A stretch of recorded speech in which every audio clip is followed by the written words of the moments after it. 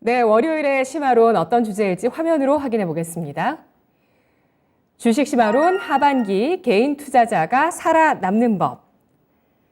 토마토 투자클럽의 신상원 전문가 함께 하겠습니다. 안녕하십니까? 네, 안녕하세요. 네, 주식 시장 정말 지난 1년간 쉽지 않은 구간이었습니다. 네. 6월에 3,300포인트 지난해 돌파 시도가 나온 이후에는 약세장을 계속 이어가고 있는 시장인데요. 이 약세장 속에서 그래도 또 반등을 보여주는 베어마켓 랠리가 올해 크게 두 차례 정도 있었습니다. 개인과 외국인의 수급이 이 두 차례의 베어마켓 랠리에서 서로 엇갈리는 흐름을 보였고요. 지금 같은 경우는 외국인이 사고 개인이 팔고 있는 그런 구도인데 지금 그리고 또 이전에 3월부터 있었던 첫 번째 베어마켓 랠리 이렇게 비교를 했을 때 그때와 지금 뭐가 같고 뭐가 다를까요? 네, 뭐 베어마켓 랠리 그 하락장에서 좀 상승 반등을 위해서 이렇게 나오는 랠리를 베어마켓 랠리라고 하긴 하는데 이 하락장에서 나오는 거 보면은 실제로 개인들은 뭐 감흥을 좀 느끼기가 어렵기 때문에 저는 좀 반항적으로 이런 걸 좀 생각해서 이게 무슨 랠리야 이러지만 어쨌든 랠리는 랠리가 맞습니다. 뭐 곰이 정말 슬그머니 움직이듯이 이렇게 가는데 3월의 첫 번째 랠리하고 지금의 랠리는 그 매수 지수를 끌어올릴 때 들어오는 돈의 그 주체, 수급의 주체가 좀 다른 거 그겁니다. 그 3월 달에는 일단은 개인들이 좀 매수를 한 6조에 가까운 5조 9천억 정도를 매수를 하고 외국인들은 이제 매도 포지션을 잡았었는데 이번에는 개인들은 한 780억 정도 매도하고 외국인들이 한 1조 8천억 정도를 매수를 하고 있습니다. 그리고 또 여기서 눈여겨볼 건 이제 기관들의 포지션인데 기관들은 그때나 지금이나 다 매도 우위를 갖고 있고 특히 이번에 기관들이 한 1조 7천억 정도를 매도를 하고 있는데 그 물량들을 개인들이 아니라 이제 외국인들이 이걸 받아서 소화하면서 지수 상승을 좀 이끌고 있다. 그래서 외국인들의 좀 이 행동, 이 패턴이 좀 바뀐 것, 그 덕분에 이제 이렇게 지수가 좀 올라가는 것, 그게 좀 차이점이 있다고 좀 볼 수가 있습니다. 네. 수급상 또 설 명절 전후로도 또 중요한 포인트가 있다고요? 네, 저는 그 3월에 베어마켓 랠리가 오기 전에 네. 급락이 나왔었잖아요. 예. 어떻게 보면 뭐 폭락처럼 나왔는데 한 2,900을 지지할 것처럼 하다가 마지막에 이제 개인들이 좀 들어가는 그런 매수 포지셔닝이 있었는데 그게 아니라 반대로 외국인들은 이미 그 전에 어느 정도 매수를 해놨다가 그때 던졌다는 저는 그런 추론을 좀 할 수가 있는데 그게 12월에 그 연말 랠리, 뭐 산타 랠리라고 할 수 있는 그때 외국인들이 12월에 좀 들어왔던 것, 그 수급을 좀 참고를 할 필요는 좀 있다고 봅니다. 그때 이제 외국인들이 한 3조 4천억 정도, 그 정도가 들어왔었고 개인들은 그때 또 매도를 하고 또 다시 외인들이 들어와서 산타 랠리 그리고 연초 랠리가 되는 거 아닐까라고 분위기를 띄워놨을 때 개인들은 올 초 연초에 들어왔거든요. 그 다음에 이제 명절 전후로 그 외국인들이 매도 폭탄을 낼 때 이제 우리 개인들이 받으면서 그 급락을 맞이했었죠. 그래서 이런 걸 보면은 무슨 랠리가 오기 전에는 뭔가 외국인 포지셔닝은 미리 좀 반응이 나오는 것 같아요. 근데 우리는 항상 그걸 보고 야 이거 지금 뭔가 올라가는 것 같은데 외국인 들어오잖아. 이럴 때 뒤늦게 쫓아와서 던질 때 그걸 받고 또 지수의 하락을 맞이하고 이렇게 되는 것 같습니다. 그런 부분들이 좀 눈여겨볼 만한 봐야 될 거라고 네. 저는 봅니다. 네. 그러면 개인의 입장에서 심리를 좀 비교해 봤을 때 1월장과 지금 7월장의 개인의 심리가 달라진 걸 외국인과 기관이 각각 역이용하고 있다고 볼 수 있는 걸까요? 역이용을 하는 거는 항상 맞다고 저는 보는데 네. 이번에는 저는 조금 재밌게 이 트레이더의 입장으로서 좀 생각을 해보면 지금은 지쳐 있는 것 같습니다. 개인들이. 예. 그러니까 1월은 기대감이 컸고. 예, 1월에는 그래도 그러니까 개인들은 어떻게 보면은 가장 중요한 게 심리적인 부분이 인내심이 짧잖아요. 근데 그 1월이 어떻게 보면 작년 그 7월 이후에 좀 지지부진한 하락장이 있던 거 거기서 좀 지쳐 있는데 마침 약간 뭔가 반등이 나오니까 달려들었던 것 같아요. 예, 근데 이번에는 중간에 한번 그 5월 달에도 투매가 나오면서 다시 한번 2,600에서 확 떨어진 적이 있었는데 지금은 외국인들이 좀 매수를 주도한다고 해서 달려들지 못하는 이유는 그냥 좀 많이 포기하고 나갔거나 너무 지쳐 있거나 이런 심리도 좀 있다고 좀 봅니다. 네, 그러면 개인 투자자들은 6월 이전부터 떠나기 시작했다고 판단하시는 건가요?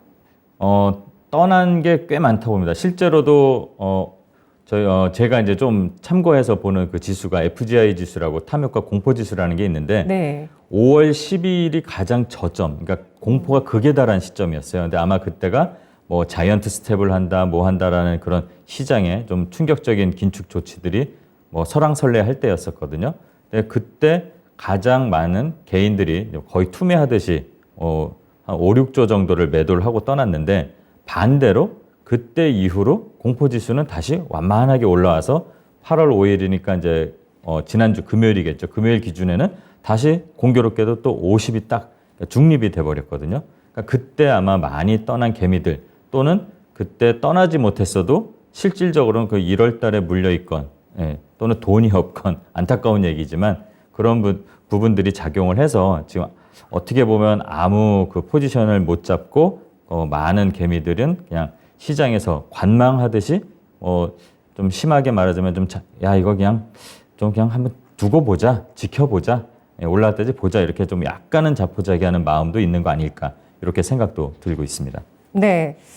5월, 6월, 그러니까 5월의 저점이라고 볼 수 있는 2,550선 바로 아래, 이때, 그리고 또 6월장에 개파락을 하면서 쭉 빠졌었던 때, 이때가 CPI 쇼크가 나왔었던 때거든요. 이후에 또 코인 시장의 패닉 흐름까지 같이 나왔었던 구간인데, 이 5, 6월, 이 두 달에 두 차례에 걸친 외국인과 개인의 수급 공방이 있었다. 이렇게 판단을 해주시네요. 네.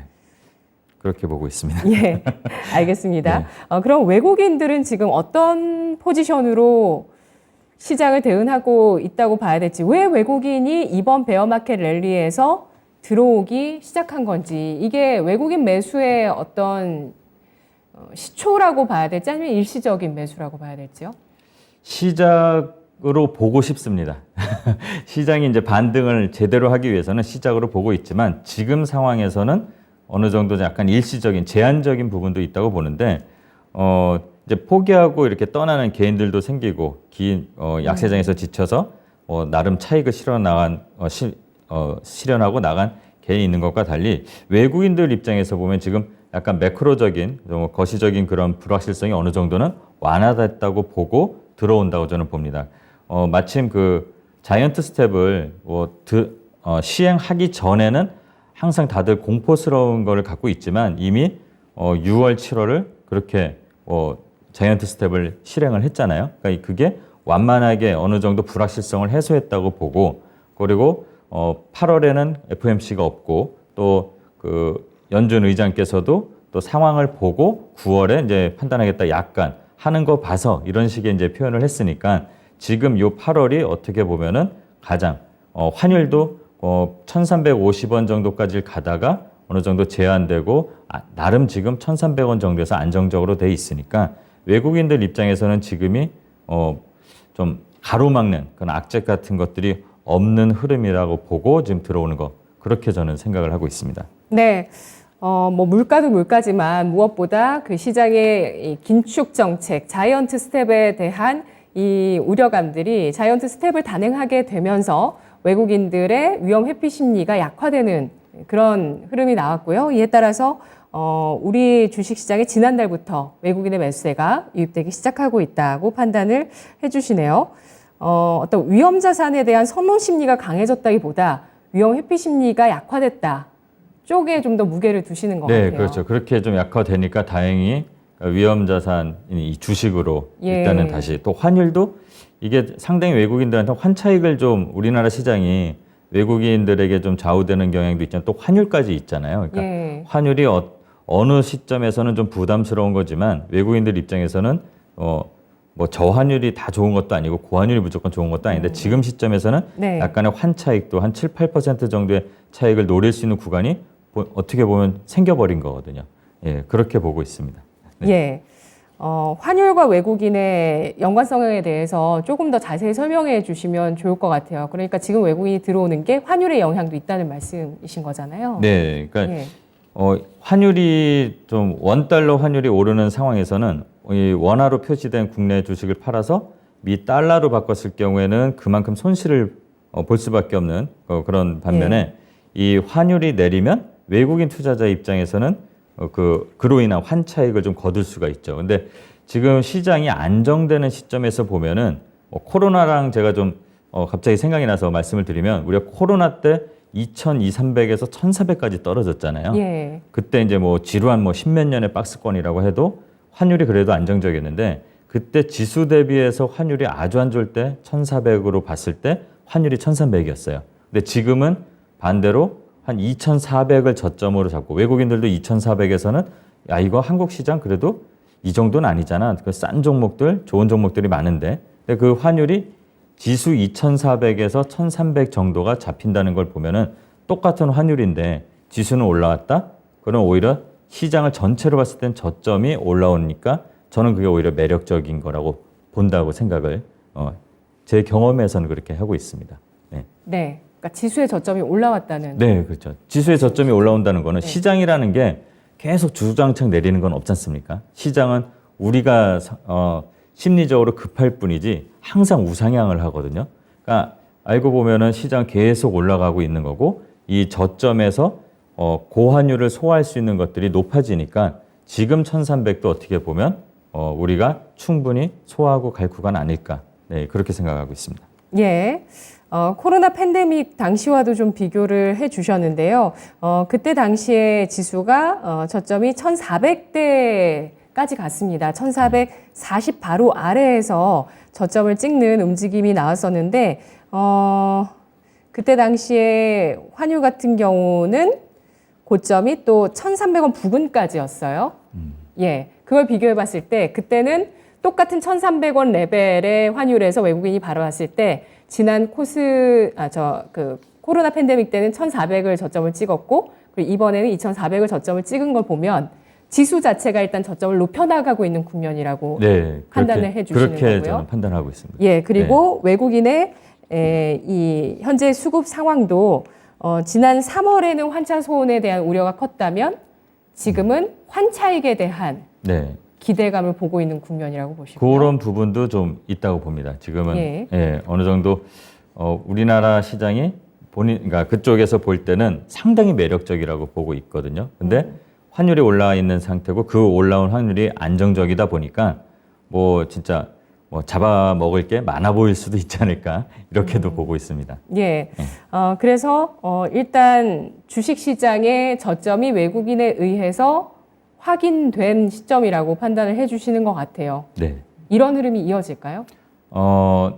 이런 흐름은 당분간은 이어질 거라고 봅니다. 근데 불확실성이라고 지금 남아 있는 것들은 뭐 두려운 약간의 뭐 팩트죠. 9월 달에 FOMC에서 또 자이언트다 하는데 아까도 말씀을 드렸지만 공포심을 계속 주는데 그걸 받아들여지는 순간이 돼버리면 그냥 무뎌지는데 지금 마침 미국에서 그 주말에 고용지수 발표가 났는데 그게 어떻게 보면 긴축을 하게끔 만드는 요인이 되고 또 매파적인 발언에서는 뭐 0.75bp, 0.75 올린다 뭐 이렇게 얘기가 나오고 올해 안에 1.5를 하겠다 이런 얘기를 아예 대놓고 말을 한다는 거는 니네 이제 좀 각오해. 제가 좀 쉽게 표현을 하자면 그런 거니까 그게 안 좋게 제가 시장에서 받아들여질 거라고는 생각을 안 하지만 어느 정도는 제한적인 흐름이 중간중간 나오면서 쉬어가는 흐름이 나올 것 같아요. 오늘도 시장이 잠깐 쉬어갔지만 그래도 상승의 흐름은 그래도 멈추지 않고 예전 같은 큰 흔들림은 나오지 않는 걸로 봐서는 어느 정도 이 흐름은 그래도 9월 중순까지는 이어갈 것 같은데 관건은 이제 이 외국인 수급이 빠지지 않았으면 좋겠습니다. 그러니까 보통 아까 처음에 말씀드린 것처럼 어느 정도 이 베어마켓 랠리가 가다가 보면 중간에 외국인들이 좀 빠져나가는 매도 포지션을 잡을 때가 있어요. 그때 될 때가 이 지수 자체가 또 주춤하는 경우가 있는데 개인 투자자 입장에서는 이번 반등은 이 저점을 2,300도 깼다가 다시 올라온 이 저점을 깨고 올라오는 반등이니까 다시 더 큰 지수를 위해서 올라가는 그 향해서 올라가는 그런 반등으로 보는 또 희망사항도 이렇게 포함되어 있습니다. 네. 말씀을 종합해 보면 긴축 그리고 물가는 특별하게 설명은 안 해주셨지만 뭐 물가 포함이실 것 같아요. 네, 물가도 정점을 통과했다고 보시는 거고. 아, 정점을 통과했는지는 솔직히 제가 그런 거시적인 경제학자 아니어서 잘 모르지만 예. 정점을 갖고 이제 우리가 소화할 구간이 한참 남았다고 또 보고 있습니다. 네. 그럼 물가는 어느 정도 높은 수준을 우리가 인정하고 가야 된다는 말씀이신 것 같아요. 네, 지금 물가 뭐 실제로 이 주식 HT창이나 뉴스만 봐서는 잘 모를 텐데 실제 네. 우리 투자자분들이 실물 경제에서 실생활에서 보는 거 보면 물가는 이미 엄청 우리가 체감을 하고 있을 겁니다. 그리고 금리가 올랐다는 게 지금 뭐 6월부터 해서 자이언트 스텝이니 뭐니 해서 계속 올리고 있는데 이게 당장 아 이제 9월부터는 우리 힘들어? 9월, 10월에는 이거 극복하면 끝이야가 아니라 실제로 금리가 오른 게 우리 실생활에서 이게 반영되고 그거를 다 우리가 야 이제 고금리에서도 우리 괜찮아 긴축에서도 괜찮은 거 네. 이런 식으로 하려면 1년, 2년은 걸릴 거라고 저는 보고 있습니다. 그러니까 네. 물가는 여기서 더 안 오르고 예, 희망사항으로 그리고 이게 소화되고 가기를 바라고 있습니다. 예. 네. 그러면서 긴축도 정점을 통과하고 원달러 환율도 정점을 통과하고 심리 역시도 어떤 최악의 심리에서 정점을 통과하면서 시장이 바닥을 보여준 국면이 9월 중순까지는 이어질 것으로 예상을 해주셨는데요. 이 과정 속에서 아까 개인 쪽에서는 지쳐서 떠난 개인들도 많을 것이다라고 말씀해 주셨는데 하락장 장기화에 따라서 개인이 좀 지쳤다는 부분을 고객 예탁금을 통해서도 확인할 수 있다고요? 네, 지금 뭐 주식 예탁금이 뭐 쉽게 숫자로 말씀을 드리자면 올 초에 한 2조, 3조 이런 정도 되던 게 5월에 잠깐 뭐 증가는 했지만 현재 52조 정도, 그러니까 그 정도로 한 거의 20%, 30% 가까이 돈이 빠져나갔다고 합니다. 근데 실제로 이렇게 돈이 빠져나간 것도 수치로 나오지만 우리가 지금 시장에서 매일매일 거래되는 그 자금을 봐도 12조, 13조 정도로 예전에 뭐 가자 이런 게 유행할 때 그때 그 주식이 화랑일 때 뭐 영끌해 이럴 때 하고 비교를 해보면 거의 뭐 3분의 1 토막 난 정도, 뭐 30조, 40조 거래가 뭐 30조 정도 거래 나온 적이 있었으니까요. 네, 그렇게 보고 있습니다. 그래서 이게 좀 심리적으로 지친 것도 있고 또 요거는 또 별개로 그 우리 일상생활과 좀 연관이 되지만 코로나가 너무 장기화됐다 보니까 실제 생활에서 이제 경제적인 좀 어려움, 힘듦 이런 것들이 나와서 야, 뭐 이렇게 시장도 안 좋은데 주식을 해. 다시 열심히 일을 해야 되지 않을까? 그런 상황이 되는 것 같다라는 것 때문에도 돈이 좀 빠져나간 영향이 있다고 저는 보고 있습니다. 네. 긴축과 주식시장의 약세가 근로 의욕을 북돋아 줬네요. 네, 연초에 70조 원대의 고객 예탁금이 최근 들어서는 50조 원까지 떨어졌다가 50조 원 중반 정도 선에 놓여 있는 모습입니다. 2,500선 앞두고 좀 주춤하고 있고요. 또 원달러 환율도 1,300원 선 부근에서 움직임이 이어지고 있는데요. 이런 가운데 외국인의 매수세는 꾸준하게 유입이 되고 있는 모습입니다. 오늘 8거래일째 매수세가 유입이 되고 있는데 지금 뭐 외국인이 가장 많이 사는 거는 운송 장비 쪽이라고 보실 수가 있고요. 최근에 뭐 IT라든지 서비스업 쪽의 매수세도 눈에 띄었는데 그러면서 외국인이 유입되면서 대형주 중심의 회복에 대한 기대감도 나오고 있거든요. 주목해 볼 만한 업종은 뭐가 있을까요? 뭐니 해도 외국인이 일단 수급이 들어오면 당연히 2차 전지, 그다음에 뭐 삼성전자를 비롯한 그런 대형주겠는데 뭐 업종을 보자 그러면 뭐 요즘 우스갯소리로 뭐 태조 이방원 뭐 이렇게 해서 이제 태양광, 조선, 네. 뭐 2차 전지, 네, 뭐 방산, 원전이겠죠. 뭐 그런 업종들에서도 주도주 쪽, 그러니까 대장주들로 이게 좀 외국인 수급들이 좀 들어올 것 같고 그런 것들을 한번 살펴봐야 될 것 같습니다. 예, 2분기 실적 시즌 결과 뭐 아직 완전히 나온 건 아니죠. 아직은 한 그래도 일주일 정도 더 시간이 좀 남아 있는데 현재까지 나온 2분기 상장사들의 실적 발표 기업들 54%가 전망치를 웃도는 실적을 발표했다는 분석도 나오고 있더라고요. 그러니까 예상보다 실적이 좀 나쁘지 않았는데 실적 시즌의 투자 포인트는 어떤 걸 꼽으셨나요? 실적 시즌에서는 이제 실적이 잘 나온 것은 뒤로 제껴라. 실적이 이미 나온 거, 잘 나온 애들은 네. 그 기대감으로 많이 올라왔을 겁니다. 그리고 실적이 나오고 우리가 흔히 뭐 좋게 뭐 발표가 되면 다 빠져나가는 거는 다 주식 오래 하신 분들은 격언처럼 아실 텐데 지금 이 실적 시즌이 끝나면 이 실적 발표에 대한 부담이 좀 덜한 오히려 개별주들이나 중소형주들이 오히려 더 각광을 받거나 뭐 탄력이 좀 생기지 않을까. 그래서 뭐 굳이 포인트라고 제가 말씀을 거창하게 드리는 것보다는 이때 이제 그동안 좀 숨죽이고 있던 애들 그리고 앞으로 다시 성장성이 기대되는 그런 작은 종목들을 한번 볼 필요가 있고 실적을 좋게 발표한 회사들은 아마 쉬어갈 것 같아요. 그러면 그 쉬어가는 그 타이밍에서 다음 분기 때 더 괜찮다는 성장 전망이 있으면 조금 한 템포 쉬었다가 그때 보면 될 것 같습니다. 예. 7월 초에 코스피의 저점이 2276이었고요. 이제 조금 전에 말씀드렸듯이 2500선 앞두고 주춤한데 8월장에 서머랠리로 이 선을 강력하게 뚫어줄 수 있을까요?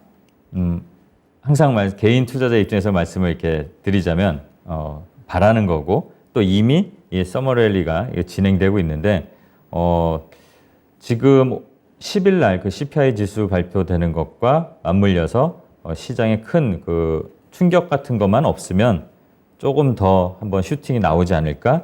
예, 그래서 그것도 랠리에 이제 포함되겠죠.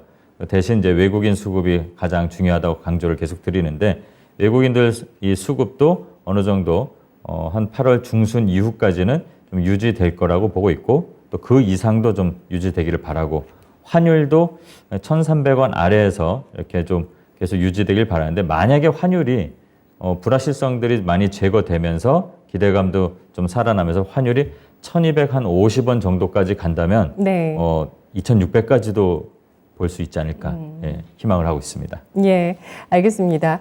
뭐 9월이나 10월 정도 가을쯤 되면 또 조정도 사실은 좀 대비해야 되는 전통적인 어떤 조정 예정 하면 9월이 떠오르거든요. 그런 시기지만 그 9월이 되기 전까지는 어쨌든 이 랠리를 좀 즐겨볼 수 있다고 말씀을 해주셨는데요. 그럼 뭐 바로 넘어가 볼게요. 신상원 전문가가 보시는 투자 탑픽 섹터는 뭐가 있을지 네, 알아볼까요? 아까 말씀드린 그 태조 이방원, 네. 그거를 좀 저는 재밌게 또 좀 표현을 하자면 메타버스 시대에 나타난 태조 이방원이 몸에 좋은 약을 먹고 자율주행하는 로봇을 탄다라고 이제 표현을 할 수 있어요. 그러니까 너무 화려한데요. 네. 제가 이제 저번 강연 녀석들에서도 말씀드리고 그랬지만 예. 이 모든 게 좀 연동되는 산업들이 저는 좀 중요하다고 보고 네. 특히 이 메타버스라는 거는 이 시대의 전환을 만들어내는데 있어서 좀 중점 포인트가 있는 그 산업군이라고 봅니다. 그래서 가장 뭐 최근에 좀 이 섹터들이 많이 돌아가는 이슈이기도 하고 그 이유는 돈이 몰리는 섹터이기도 합니다. 그리고 또 특히 메타버스 같은 거는 좀 모호하다고 생각을 좀 할 수는 있지만 이미 작년에 큰 시세가 좀 나왔었어요. 근데 그 시세가 나왔을 때도 솔직히 실체는 없었거든요. 뭐 수익이 뭐 난다 이게 없었는데 근데 그렇게 한번 부음이 나고 그러니까 주식 이 종목 관점에서 보면 한번 쭉 올렸다가 저점이 지금 어느 정도 조정이 돼가는 시점에서 다시 부각이 되는데 이 부각되는 시점에서 보면 예를 들면 자이언트 스텝이 가상인간을 만들어서 예전처럼 사람이 이렇게 센서를 들고 하는 그런 가상인간이 아니라 아예 그래픽 자체에서 자율적으로 반응하는 그런 가상인간도 만들고 이렇게 뭔가 하나씩 실체가 보여지는 것들이 생기기 시작하는데 심지어 이게 아직 시작도 안 된 개화기에 있다고 저는 봐요. 그래서 이 메타버스 업종 그 다음에 뭐 자율주행 관련해서 자율주행도 지금 3단계, 4단계 이제 점점 5단계까지 이 완성형을 향해서 가고 있으니까 이 태조 이방원이 메타버스 시대에서 나타났다 뭐 이렇게 표현을 했지만 이 중에서도 저는 메타버스하고 뭐 자율주행 관련을 좀 더 이렇게 좀 눈여겨보면 좋지 않을까. 그리고 지금 시장이 제가 뭐 희망 섞인 희망 고문처럼 기대감이라고는 했지만 지금 바닥에서 올라가는 시점이니까 계속 올라갈 것이라고 생각을 하고 그동안 좀 눌려있던 이런 메타버스, 자율주행 또 요즘 로봇이 또 핫하니까 연계돼서 다 움직이잖아요. 그런 것들을 같이 봐주면 어떨까 이렇게 생각을 하고 있습니다. 네, 태조 이방원, 태양광, 조선, 2차전지, 방산 원전 이걸 요약해서 태조 이방원이라고 한다는데 여기에 더해서 신상원 전문가는 메타버스, 자율주행, 로봇까지 봐야 된다는 의견입니다. 이 자율주행, 메타버스, 로봇 같은 경우는 전 세계적으로 추세 전환이 일어나는 분야라고 판단을 하세요? 네, 그렇죠. 그러니까 우리만 해서 야 우리만 싸이월드 있어 이런 게 아니라 예. 전 세계적으로 커뮤니케이션을 중요시하고 이거를 되게 재밌어하고 이러다 보니까는 그 페이스북 이름을 지금 바꿨지만 페이스북이나 이런 것들이 SNS에 유행한 것처럼 지금 저는 메타버스가 뭐 하나의 그 문화처럼 이 세상을 바꾸는 이 전환점마다 나오는 그런 현상 그리고 그런 산업이라고 보고 있습니다. 우리가 제 나이가 들통날까봐 좀 그런데 한 30여 년 전쯤에 제가 네. 대학교를 갔는데 그때는 말도 안 되는 소리라고 생각을 했어요. 앞으로 뭐 정부에 뭐 바다가 온다 그래서 뭔 소리야. 뭐 엘빈 토플러 얘기를 막 교수님이 이 책을 봐야 된다 이랬었는데 네. 그게 어느새 우리 생활에 왔잖아요. 메타버스가 어느새 우리 생활에 오는 시대가 올 거고 그 메타버스 안에서 우리가 지금은 뭐 이건 다 가상이다 이렇게 하지만 가상의 현실과 만나는 지점이 분명히 생기면서 현실적인 거 그러면 당연히 우리는 주식하는 사람이면 그 현실적인 것들은 기업의 실적으로 나올 수 있다고 봅니다. 뭐 쉽게 예를 들면 영화 레디 플레이어 원이라는 스필버그 감독의 그 작품 그 영화가 현실이 될 것 그게 곧 멀지 않았다고 저는 보고 또 메타버스만 보다 보면 끝나는 게 아니라 그 메타버스 안에는 로봇 기술도 들어가고 뭐 인공지능도 들어가고 또 우리가 지금 시대가 변할 때 나오는 것들이 또 있잖아요. 뭐 자율주행 그러면 또 전기차 이런 것들이 다 같이 가는 거라고 저는 생각을 하거든요. 네. 되게 거창하지만 그렇게 생각하고 있습니다. 네. 네. 그 거창한 변화의 흐름이 지금 우리나라뿐만 아니라 네. 그 미국에 국한돼서 나타나는 게 아니라 전 세계적으로 지금 추세를 전환시키고 있는 시점이기 때문에 중요하게 봐야 된다는 의견이신데요. 네. 그러면 그 가운데서 탑픽 종목으로는 우리 주식시장 안에서는 어떤 종목이 있을까요? 뭐니 해도 우리나라에서 뭐 메타버스 관련해서 반도체 이러면 당연히 삼성전자, 자율주행에서 뭐 삼성전기 이러지만 네. 실제로는 지금 시점에서는 좀 길게 호흡을 하고 장기 투자하기에는 좀 부담스러운 시장이긴 하지만 뭐 그렇지 않고 나는 그래도 뭐 중장기로 볼래 이러면 삼성전자나 삼성전기를 이렇게 좀 보시면 될 것 같고 또 단기간에 그래도 이게 시세가 좀 역동적으로 재미있게 우리 개인 투자자 입장에서는 수익이 좀 빨리 올 수 있는 분야다 뭐 이러면은 뭐 자이언트 스텝이라든가 자율주행 관련해서는 그 퓨런티어라는 회사 요 두 종목 정도는 좀 괜찮을 것 같고 뭐 그 외에도 좋은 종목들이 많은데 그런 거는 나중에 또 시간이 된다면 또 그때 상황에 맞춰서 말씀을 드리겠습니다. 네, 마지막으로 짧은 시간 한 2분 정도 남아 있는 것 같은데요. 신상원 전문가가 우리 토마토 TV 전문가로 활동을 시작하셨는데 그 전에는 또 실전 투자 대회 우승 경력도 있으시더라고요. 그래서 그런 실전에서 어떤 녹아나는 그런 또 트레이딩 장세에서 조언이 될 만한 그런 전략이 있을 것 같습니다. 그래서 질문을 이렇게 해달라고 말씀하시더라고요. 걸러야 될 말이 뭔지 질문해달라고 하시더라고요. 네, 왜냐하면 이렇게 투자 전문가다, 뭐 나는 실전 투자에 우승했다 이렇게 나와서 얘기를 하는 것들을 보면 그분들이 다 이상하다는 게 아니라 제가 좀 이상해서 말씀을 드리는데 저는 항상 역발상을 좀 해야 된다고 봐요. 네. 그러니까 정상적인 그런 시스템으로 생각을 하면 이 시장 자체가 다 아시겠지만 주식시장은 매일매일 바뀌지 않습니까? 당연한 것이 당연하지 않은 게 계속 일어나는 이 생물 같은 이 시장에서는 교과서적인 거는 좀 아니라고 봐요. 뭐 예를 들면은 우량주에 장기 투자하라. 네네. 뭐 삼성전자에 묻어둬라.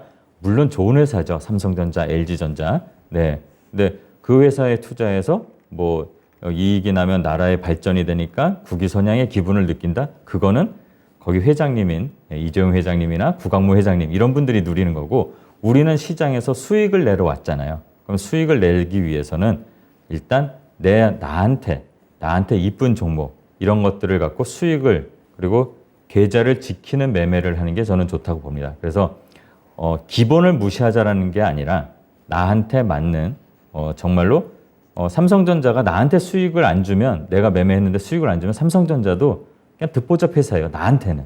근데 아무도 모르는 회사를 갖고 내가 사고 팔아서 수익을 냈다. 그 회사는 나한테 우량주입니다. 제 지로는 그런데 그렇게 여러분들도 만약에 저처럼 트레이더의 입장에서 시장을 바라본다면 일단은 수익을 내주는 내 종목, 그 다음에는 당연히 기본적인 투자로 가는 게 맞다고 저는 봅니다. 네. 네. 시장에 대응하는 게 중요하고 수익을 내주는, 나에게 수익을 내주는 종목을 찾는 게 중요하다고 말씀을 해주셨는데 종목을 잘 볼 수 있는 해안을 마지막으로 정리를 해주신다면 8월장 이제 그래도 좀 남아 있거든요. 어떻게 대응을 하는 게 좋을까요? 쉽게 이것도 풀어서 말씀을 드리겠습니다. 우리가 뭐 어디가 맛집인지 잘 모를 때 맛집 골목을 가면 사람이 제일 많이 있는 데 가잖아요. 일단 거기가 맞는지 안 맞는지 몰라도 왜냐? 돈이 많이 몰리는 것처럼 보이니까. 예. 종목도 마찬가지입니다. 트레이더 입장에서 보면은 지금 내가 뭐 여러분들한테 그 단타, 초단타 치라는 게 아니라 지금 내가 봤을 때 어느 섹터에 돈이 많이 몰려 있는지, 그럼 그 섹터가 지금 시장의 주도 업종 또는 주도 섹터라는 거거든요. 그렇게 일단 돈이, 거래량이 많이 몰리는 데를 먼저 본 다음, 그 다음에 내가 이 종목을 정말 찾아야지 할 때 기본적인 분석을 하는 거죠. 실적이 좋은지, 이상이 없는지, 그런 것들을 그때 나중에 봐도 된다고 봅니다.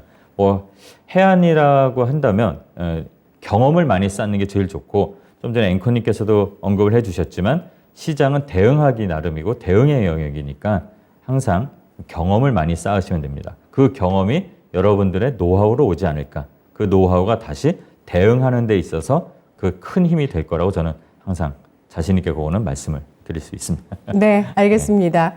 베어마켓 랠리 트레이딩이 중요한 시장 구간입니다. 여기서 살아남을 수 있는 전략에 대해서 오늘 정말 애써서 준비를 해주셨는데 신상원 전문가님 개인적으로 오늘 시간 만족하시는지 모르겠지만 심화론 또 나와주셔서 전략 전해주세요. 정말 제가 오늘 드린 말씀이 네. 많은 호응을 얻고 예. 그런다면 좀 이 심화론이 아니어도 또 이렇게 뭐 훌륭한 앵커님과 뭐 이렇게 가볍게 얘기하는 토크쇼라도 할 수 있는 네. 그런 의향은 있습니다.